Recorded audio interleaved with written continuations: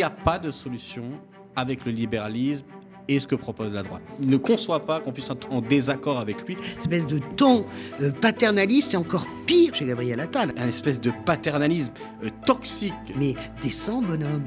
Mais d'où tu sors? T'as pas attendu pour comprendre que le travail est essentiel. De toujours expliquer aux pauvres comment ils doivent se comporter. On n'explique jamais aux riches comment ils doivent utiliser leur argent. Mais comment on peut accepter ça?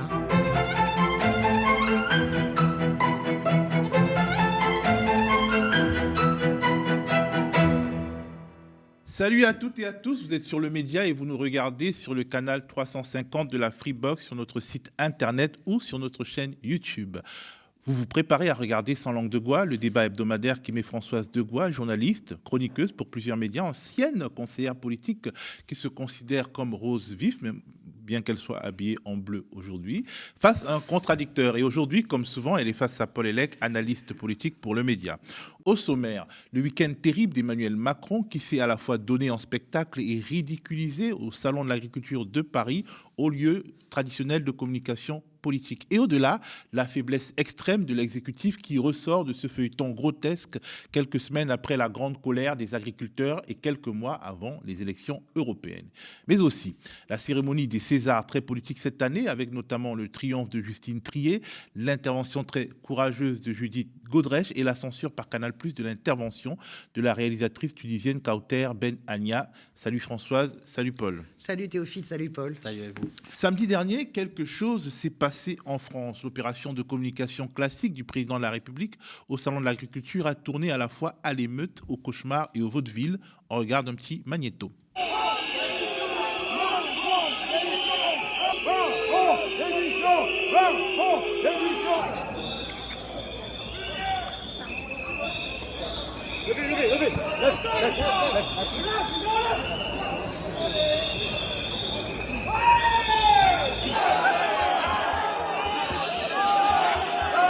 Ça m'embête de pousser contre des CRS qui sont des citoyens comme nous, des gens issus des milieux populaires, un petit peu les mêmes milieux que nous.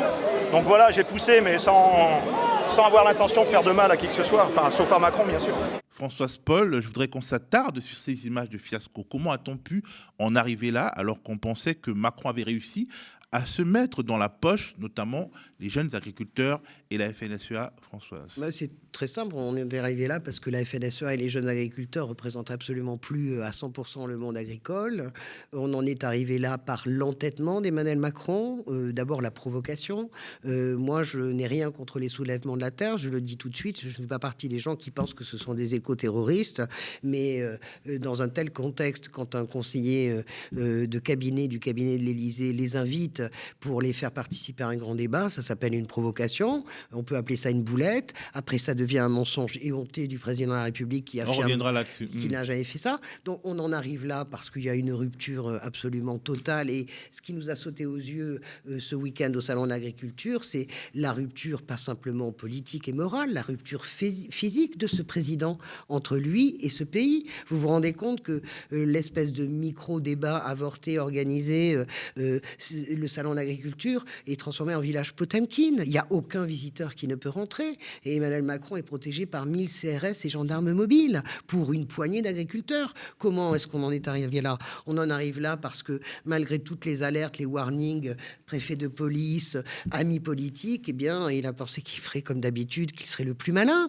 Et il est tombé dans le piège tendu par une partie de la coordination rurale, évidemment en cheville avec le Rassemblement national. Le but était très simple et ils y sont parfaitement parvenus. Macron secoué, complètement humilié, et le lendemain, Bardella en majesté en train de faire des selfies. C'est gros et c'était cousu de fil blanc. Alors Emmanuel Macron... Tu penses que la colère est instrumentalisée par la coordination rurale? Il y a une partie, je ne dis pas qu'il n'y avait que ça dans les cris, etc., des agriculteurs, dans les revendications et la violence. Mais moi, quand j'entends des leaders syndicaux de la coordination rurale qui disent « on est chez nous et on va le virer avec ses racailles », excusez-moi de vous le dire, je pense que c'est pas un langage, c'est un langage qui nous rappelle quand même un certain nombre de manifestations l'association Acrépol, notamment, des jeunes identitaires. Donc, évidemment qu'il y a une partie de ce syndicat qui est en cheville et qui est instrumentalisé et qui instrumentalise et vice-versa le Rassemblement national. Il est tombé dans le piège les deux pieds dedans, toujours pour les mêmes raisons, en réalité, pour son arrogance, en réalité, et cette rupture qui est maintenant physique. Moi, ça me pose vraiment... Je disais tout à l'heure à Paul, je suis extrêmement inquiète de ce qui s'est passé au Salon d'agriculture. Parce que quand le cocktail effondrement des démocrates un peu faibles, faiblards, voilà, de plus en plus, et comment dirais-je, radicalisation des extrêmes, mais là en l'occurrence de l'extrême droite, avec le coup de poing, la violence, ça nous rappelle des choses qui sont assez atroces dans l'histoire. On les connaît parfaitement, ces choses-là. On a vu comment ça fonctionne toujours de la même manière, avec une déliquescence du pouvoir en place et une radicalisation, une instrumentalisation de toutes les souffrances. Donc, et là, en l'occurrence, de la souffrance agricole. Moi, je suis très choqué de ce qui s'est passé au Salon de l'agriculture, mais beaucoup plus sur ce que ça annonce plutôt que sur ce que ça a montré. Paul, je te ramène aux mêmes questions. Comment a-t-on pu en arriver là? Et j'ajouterais, comment l'exécutif parviendra-t-il à se relever de ces images qui sapent son autorité, s'il parvient à s'en relever? Parce qu'on n'a jamais vu ça. Bon, comment on en est arrivé là? L'érosion de la légitimité du pouvoir, elle ne date pas d'hier. C'est-à-dire, ça fait un moment qu'on explique que systématiquement, dans ses déplacements, le président de la République, mais dans les déplacements des ministres, ça arrive aussi régulièrement, les membres du gouvernement sont hués. Ils ont des difficultés à se présenter sur le terrain, comme dit le président de la République, tout simplement parce que le niveau de colère à l'encontre de sa politique et à l'encontre personnellement même des personnes du gouvernement est extrêmement fort dans des parties extrêmement larges de l'opinion. C'est-à-dire que peu importe le fait qu'il n'y ait pas d'homogénéité idéologique de la contestation du macronisme, l'espace de cette contestation est immense, ouvert et en jeu d'ailleurs à la compétition, d'où le fait que chacun essaye d'instrumentaliser, en tout cas à l'extrême droite, une partie des colères. Deuxièmement, comment on est arrivé là? On est arrivé avec effectivement... de l'hubris présidentielle, l'hubris macroniste, il pourrait dire, parce qu'il est vraiment supérieur à ce qu'on a pu connaître par le passé. Il pousse au maximum la cinquième. Il arrive, il dit, il y a un événement politique, alors que la situation d'engagement dans un rapport de force avec les agriculteurs n'était pas véritablement terminée, parce que les agriculteurs avaient prévenu que s'ils n'obtenaient pas satisfaction, selon leurs mots, ils continueraient les actions, y compris au Salon de l'agriculture, et qu'ils seraient capables de se remobiliser. Et Emmanuel Macron a voulu faire du Salon de l'agriculture un salon d'Emmanuel Macron. On va proposer un débat, je vais être au centre. Et ça avait deux problèmes. C'est que, c'était se mettre au centre de l'arène quand il aurait été sans doute plus intelligent de ne pas y aller.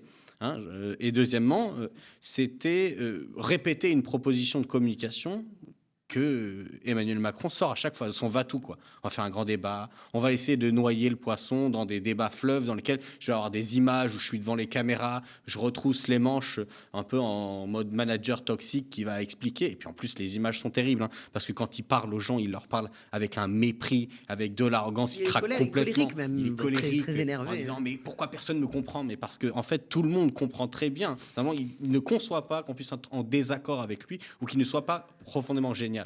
Donc c'est ça le problème. Et est-ce que l'exécutif va s'en sortir en termes d'image plus tard? Malheureusement, ça dépend des cycles de médiatiques notamment. Mais je veux dire, ce qui est intéressant, c'est pas la scène là, c'est le fait que ça soit constant. Et il y a eu d'autres moments depuis le début du quinquennat, voire depuis le premier quinquennat, où systématiquement il est pris à partie par des gens. Mais en général, il était pris à partie par des gens qu'il ne l'aimait pas et qu'il n'aimait pas. Mais il a quand même essayé de caresser les agriculteurs, en tout cas les grosses confédérations, dans le sens du poil. Et finalement, ça les a radicalisés, entre guillemets. Et on voit bien aussi le deux poids, deux mesures qui ressort de la posture des policiers et de tous ceux qui organisent l'ordre. Ils sont moins agressifs qu'avec d'autres corps. Il y a eu quand même des images. Peut-être que c'est parce que c'est un endroit fermé. Il y a quand même des agriculteurs qui en ont ramassé plein la patate avec les CRS. Au début, moi, j'ai regardé l'ensemble de la séquence. Les plaquages, franchement, c'est pas des plaquages de fillettes. On se croirait dans une mêlée sur un terrain de rugby. Non, je crois que vraiment, je vais peut-être pas compléter parce que c'est pas nécessaire, mais on doit voir sur Emmanuel Macron, il y a quelque chose qui est dramatique, c'est l'obsolescence de sa méthode déjà. Voilà, c'est fini, c'est une obsolescence qui était programmée, il ne veut pas l'admettre. Le grand débat, ça a marché. Après, ça a moins marché les conventions citoyennes. Après, ça a encore moins marché les rendez-vous de Saint-Denis. Voilà. Au début, ça a marché, puis plus du tout.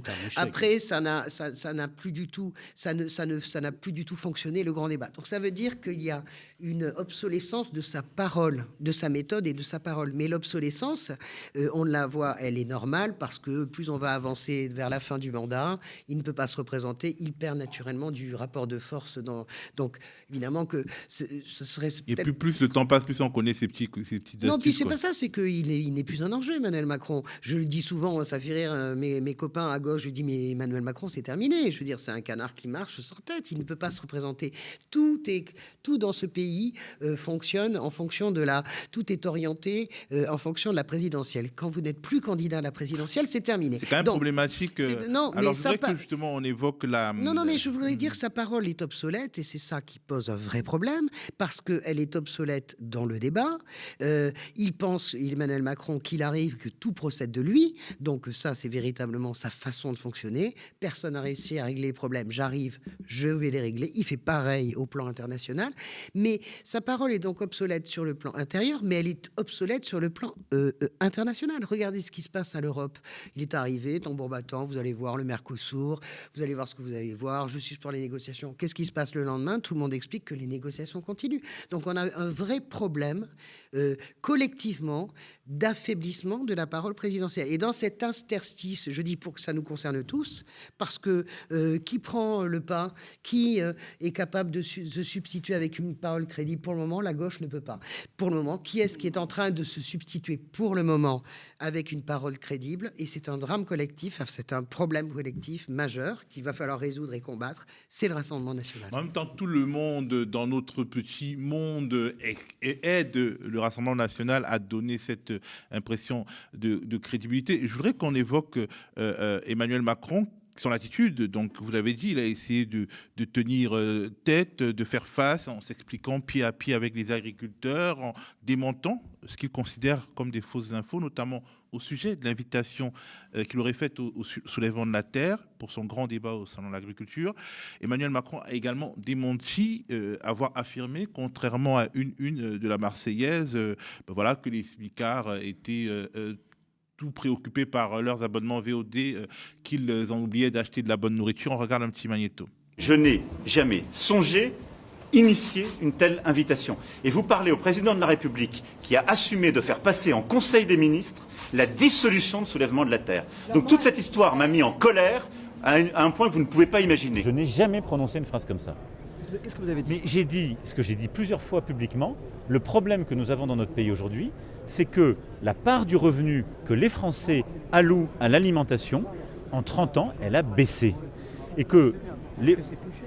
Non, pardon, elle a baissé. C'est-à-dire que les gens, ils dépensent plus d'argent pour le logement, pour les abonnements téléphoniques, pour des voyages, pour la télévision. C'est-à-dire que le mode de vie a changé et ils dépensent en proportion moins pour l'alimentation. Alors Françoise, est-ce que notre président, bien aimé, est victime d'une campagne de fake news? Non, il est menteur. Et c'est bien ça que je trouve dramatique, parce que dans la foulée, je vois bien toute la théâtralité quand il a dit « je n'ai jamais invité les soulèvements de la terre, ni moi, ni personne de mon cabinet ». Il avait les larmes aux yeux, il était en colère, espèce de colère extrêmement théâtrale. C'est un mensonge éhonté. Moi, tous mes copains journalistes politiques ont tous été briefés, et par Matignon et par l'Élysée, sur « attendez-vous à savoir que les soulèvements de la terre seront là ». Donc, comment il faut un aplomb intérieur, il faut une outrecuidance personnelle pour être capable d'affirmer un tel mensonge et même d'y croire. Je pense qu'à un moment donné, il y croit vraiment à son mensonge. Et de la même manière, la une de la Marseillaise, alors là, on est sur le mépris total, les gens qui ne sont rien. Je pense que ça atteint tous les niveaux, cette phrase.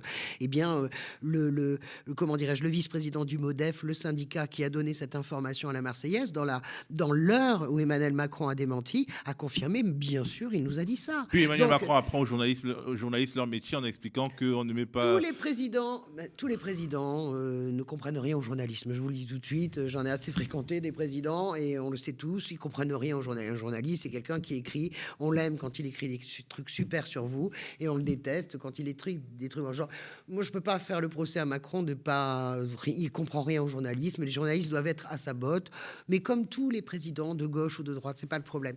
Mais non, moi, ce qui me gêne profondément, c'est qu'on sent quand même, comme toujours, le mensonge. Et Alors ça, peut-être c'est qu'il un ne ment sujet. pas Paul, mais peut-être que ça a l'air réel puisqu'il a été habitué, il nous a habitués à des petites phrases de mépris.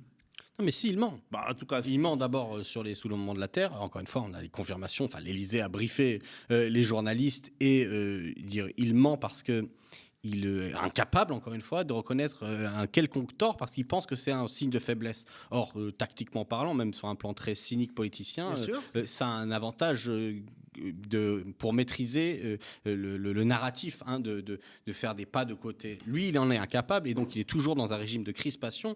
Et ce régime-là l'amène à utiliser toutes sortes d'occasions de façon extrêmement opportuniste et à briser en plus la cohérence générale de l'espace politique qu'il essaye de mener. Parce que, encore une fois, quand on invite un groupe qu'on a essayé de dissoudre via son ministre de l'Intérieur quelques mois auparavant, ça n'a aucun sens. C'est-à-dire que d'un côté, on leur tape dessus, ensuite on explique que si on les invite en débat, c'est qu'on les réhabilite à demi-mot sans le dire vraiment. Et en fait, finalement, il dit non, c'est pas vrai. Mais quitte à assumer un mensonge public que l'ensemble des gens peuvent vérifier. Encore une fois, les journalistes sont très nombreux à avoir dit, bien sûr que si, on a reçu l'information le soir même. Et deuxièmement, sur cette question de mépris, alors sur cette phrase-là, peu importe, peut-être qu'une phrase lui a échappé, qu'il en dénonce soi-disant l'interprétation, la façon dont il est écrit dans ce journal. Mais le problème, c'est le fond du sujet. oui, parce qu'il ne dément pas le fond. C'est ça. C'est qu'en gros, il dit, il dément la question de la forme, mais il dit, mais je vous assure, je ne l'ai pas dit comme ça, mais par contre, je crois vraiment que les gens sont des cons et qu'ils ne consomment pas bien et qu'il va falloir leur apprendre. Et c'est ça le raisonnement qui est un problématique dans le fond. C'est-à-dire qu'il conteste la forme, mais il ne conteste pas le fond, qui est, encore une fois, une manière de toujours expliquer aux pauvres ou aux gens qu'on suspecte d'être pauvres ou d'être peu dotés en ressources comment ils doivent se comporter, à quoi ils doivent correspondre. On n'explique jamais aux riches comment ils doivent utiliser leur argent.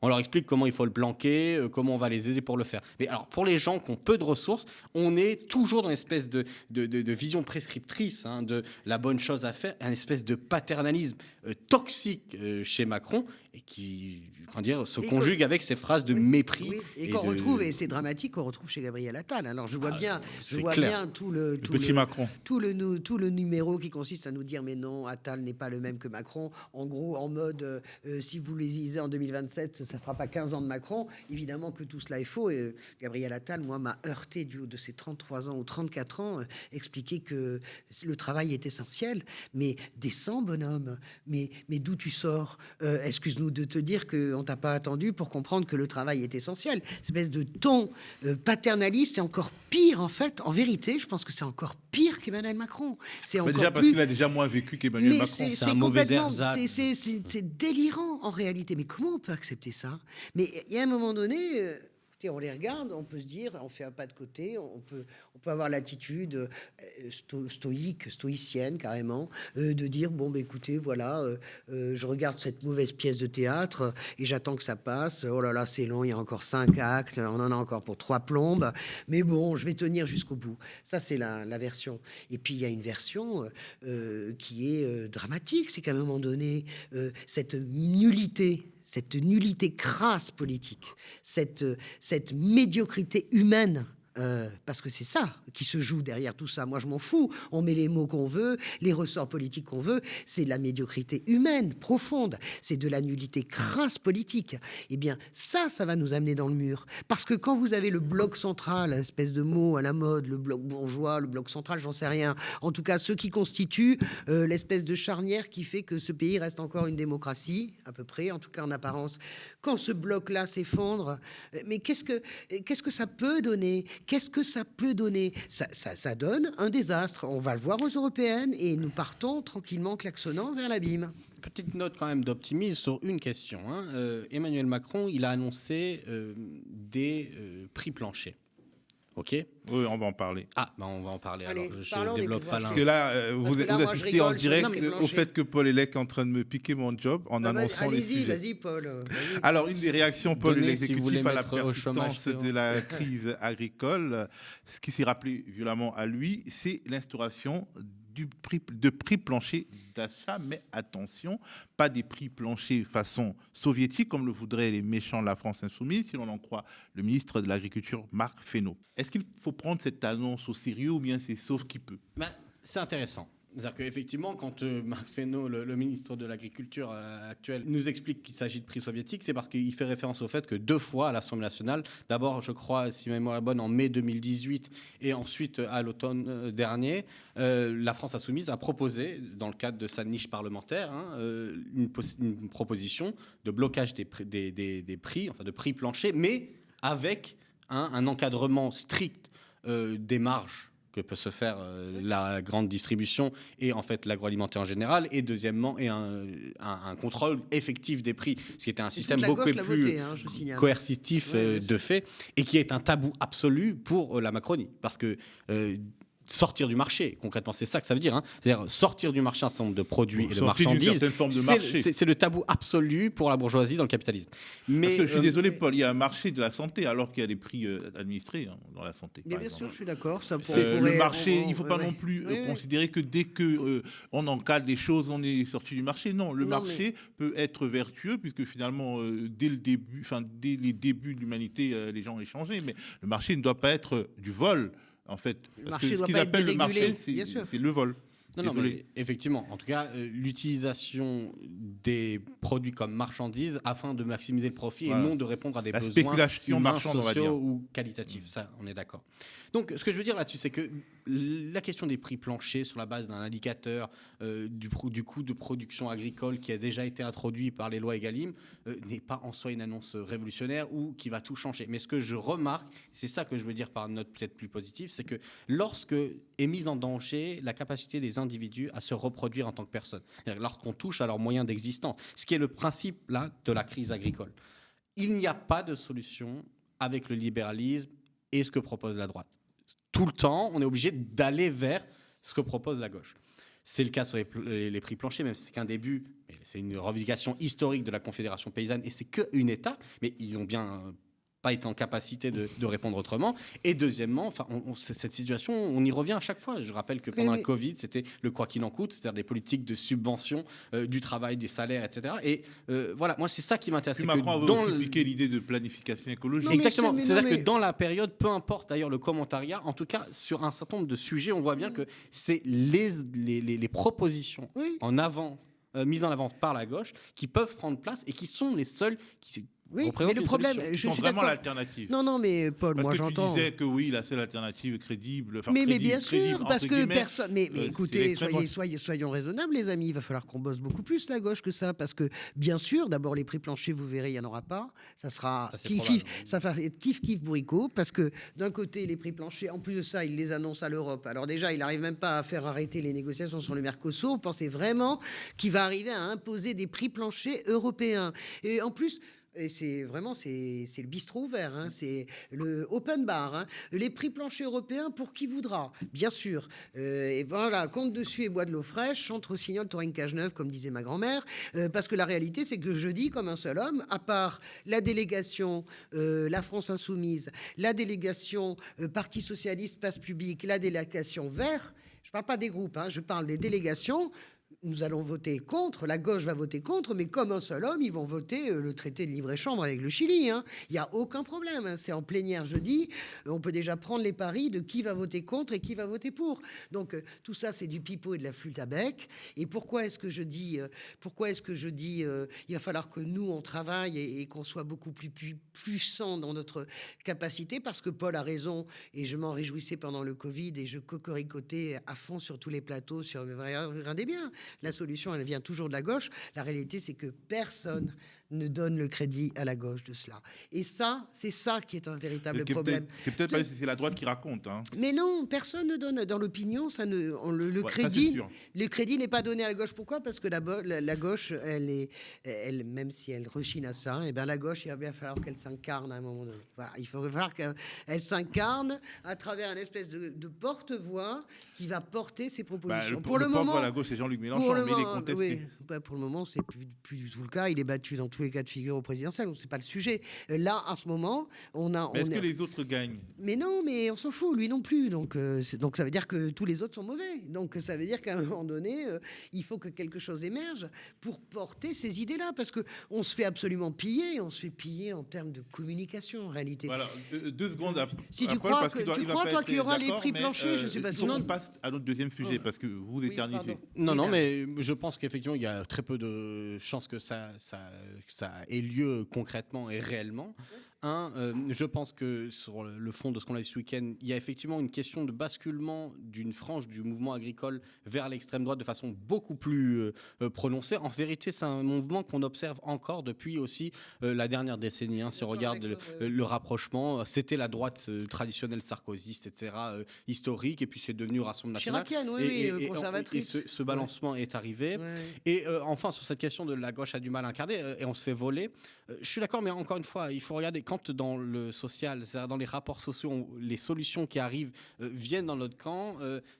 Si la question de l'incarnation reste extrêmement importante, elle exprime quand même plutôt le déroulement de ce qui se joue dans les choses concrètes et trébuchantes pour les gens. Et je pense que ça nous aide et ça met en place, je veux dire, encore une fois, comme tu disais, planification. À chaque fois que des mots ont été attaqués et qu'ils s'imposent désormais comme des solutions a priori à faire, j'ai même entendu la droite parler de salaire agricole des fois, jusqu'à ce que tout d'un coup ils se rendent compte que c'est des idées un peu trop socialisantes, comme l'a dit Retailleau. Bref, je pense que ça veut dire qu'il y a une offensive quand même de notre camp social. Simplement, la question c'est maintenant il faut transformer l'essai.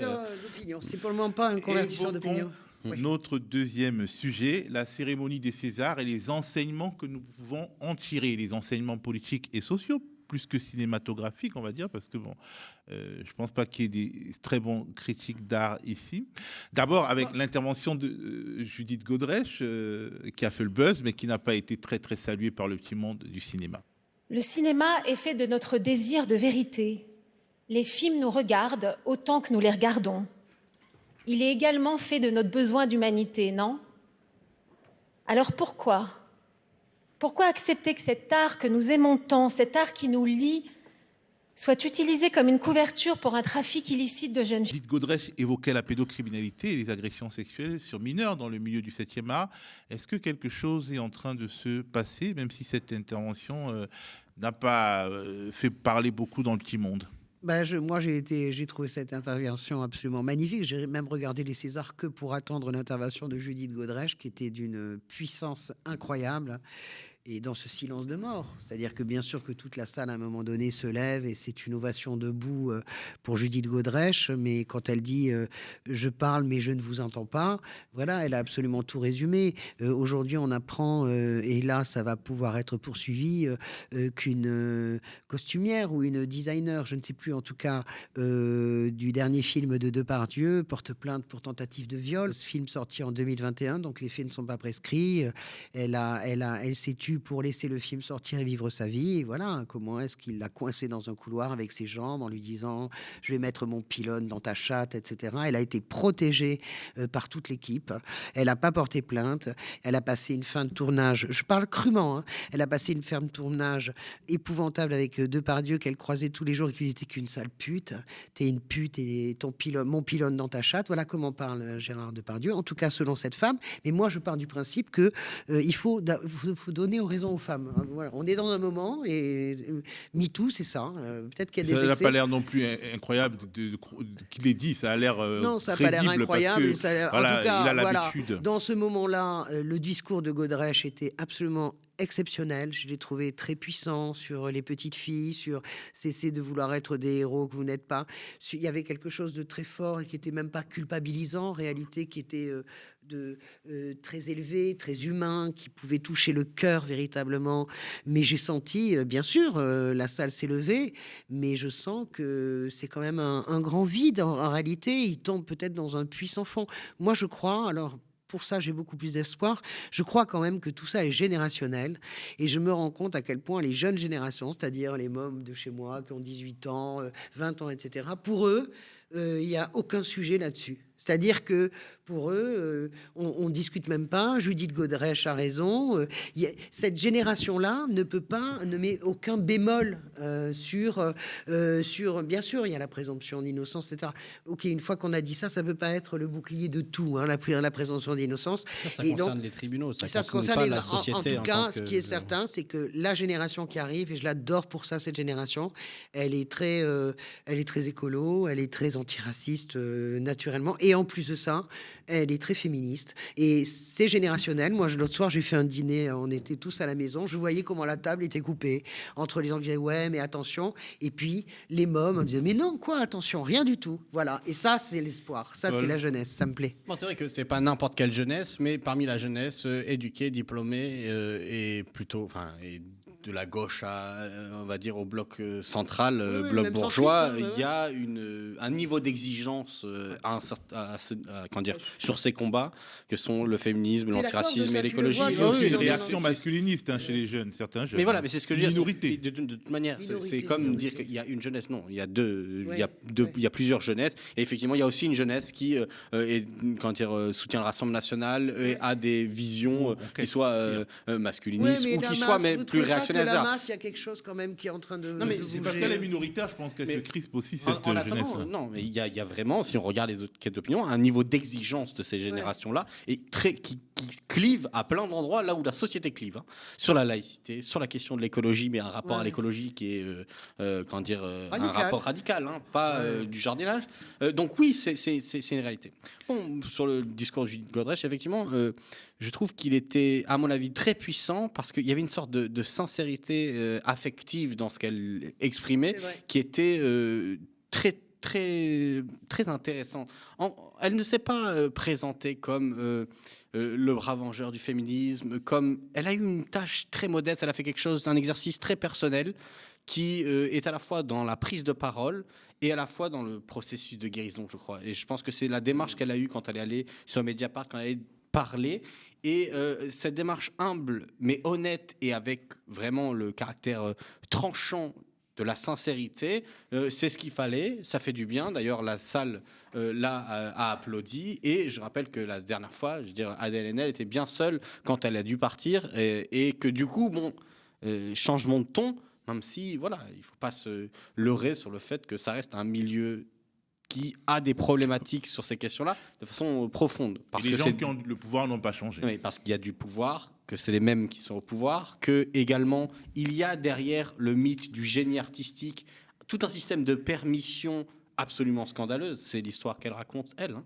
Le réalisateur chef, roi, à qui personne ne dit rien lorsque il est avec une jeune fille mineure, etc., etc. Donc, il y a sans doute progrès, même si il faut être prudent sur les conséquences que ça pourrait avoir sur le monde du cinéma. Une intervention a été carrément censurée par Canal+, qui s'est refusé à la diffuser sur ses plateformes. C'est celle de la réalisatrice tunisienne Kautar Ben Ania, qui a évoqué le cas Julian Assange et les victimes de l'armée israélienne à Gaza, notamment les dizaines de journalistes qui y sont morts.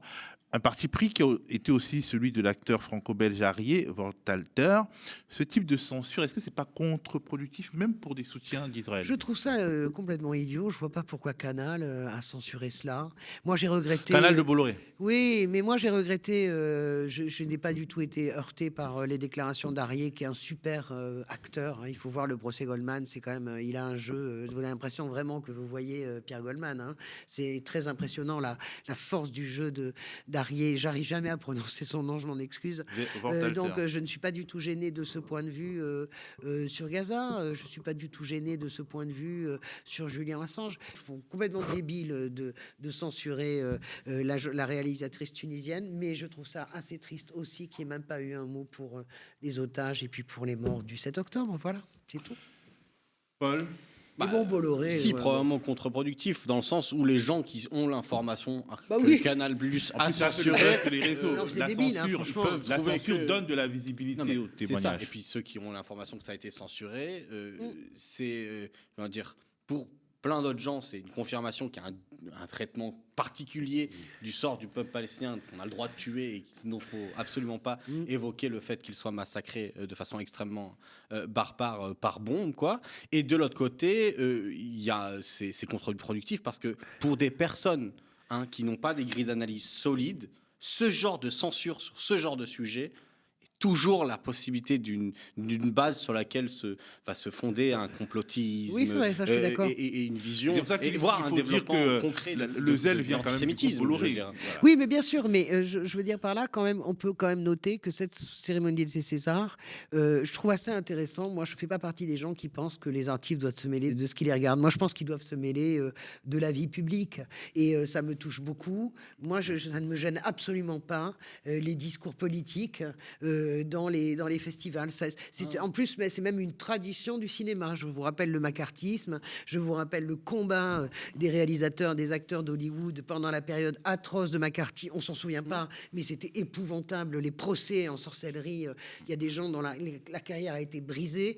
Je suis assez heureuse que les artistes, même si je suis pas d'accord avec leurs revendications, je suis assez heureuse que les artistes vraiment s'expriment. Moi, ça me gêne pas. Je trouve ça super. En fait. Moi, j'ai plutôt un problème avec ceux qui s'expriment pas. Et je remarque que, enfin, je veux dire, il y a très peu de personnes maintenant qui soient dans le cinéma, dans la musique, dans un certain nombre de domaines artistiques, qui prennent aujourd'hui le risque de parler, de s'engager pour des causes. On leur demande pas de soutenir des formes les plus radicales de l'action. Enfin, je veux dire, regardez les tribunes qui sont signées, les tribunes de gauche pour appeler à ci ou à ça. Il y a toujours les mêmes noms, il y a peu de gens, il y a des personnes très ciblées. J'ai un souvenir que lors de la campagne, par exemple, de François Hollande, il y avait eu un grand événement où ils avaient invité plein d'artistes et ils étaient bien plus nombreux pour soutenir François Hollande. Il n'y avait pas grand monde pour soutenir le reste de la gauche dans d'autres occasions depuis. Non, moi, j'ai plutôt un problème avec les personnes qui ne parlent pas lorsqu'elles ont un accès à un système de visibilité publique. Ne pas parler, c'est un tort. C'est à mon avis, un signe soit de lâcheté, soit de conformisme, soit de complicité avec l'ordre social. Et moi, ça me pose un problème. Je veux dire, mais même si je suis un artiste dégagé, comme disait Pierre Desproges. Non, mais moi, je suis d'accord parce que, par exemple, Jean Dujardin, c'est pas ma came. Je ne l'aime pas comme acteur. J'aime pas ses opinions. Je le trouve tout à fait réac, etc. Vraiment, bon, voilà. Mais bon, c'est un monument du cinéma français. Mais ça me gêne pas, moi, que Jean Dujardin s'exprime sur ses opinions. Moi, qu'il exprime ce qu'il est, ça ne me dérange pas. Je ne suis pas gêné par les opinions. Je veux dire, ça me gêne pas que les artistes de droite, Sylvain Tesson, qui est un conservateur réactionnaire dont je ne peux pas lire un seul, parce que là aussi le génie de Tesson, je suis une folle de littérature, moi je ne lis pas Tesson parce que ça me tombe des mains en fait, voilà. Eh bien Sylvain Tesson, il a le droit, malgré ses idées conservatrices, d'être au printemps des poètes. Ça me va très bien. Moi ça me va très bien. Et ça me va très bien les artistes qui parlent. On finit donc cette émission, une fois n'est pas coutume, avec un coup d'État. Un coup de gueule, non pas de Françoise, mais de Paul. Françoise voulait évoquer les 2 ans de la guerre en Ukraine, qu'on a développé assez longuement l'émission dernière. Donc, j'ai donné le tour à Paul, qui voulait évoquer la question du droit de grève. Alors d'abord, on n'a pas manqué la prise de parole de Gabriel Attal qui nous a expliqué que le respect du droit de grève était important, mais que le travail était un devoir, citant le maréchal Pétain, sans vraiment probablement s'en rendre compte, tellement son niveau médiocre se révèle au fur et à mesure de ses phrases et de ses prises de parole. Mais en dehors de ça, vous avez, il y a une semaine, la ministre actuelle du Travail, Madame Vautrin, qui a expliqué que la grève, potentiellement lors des week-ends ou des vacances scolaires, était une véritable prise d'otage. Et là, j'avais envie d'intervenir parce que c'est une métaphore qui est utilisée régulièrement, soit par des journalistes, soit par des membres de la classe politique.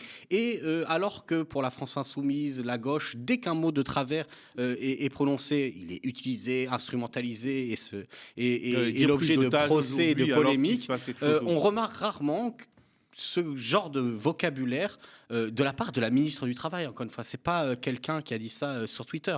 On parle de la ministre du Travail et qui a utilisé cette métaphore qui est absolument abjecte, hein, parce que comparer la situation des usagers des transports aux personnes qui ont été prises en otage, soit dans l'hypercachère, soit, je sais pas, à Gaza par le Hamas, ça me semble absolument déplorable. Et on a derrière toute cette petite musique de la possibilité de restreindre le droit de grève.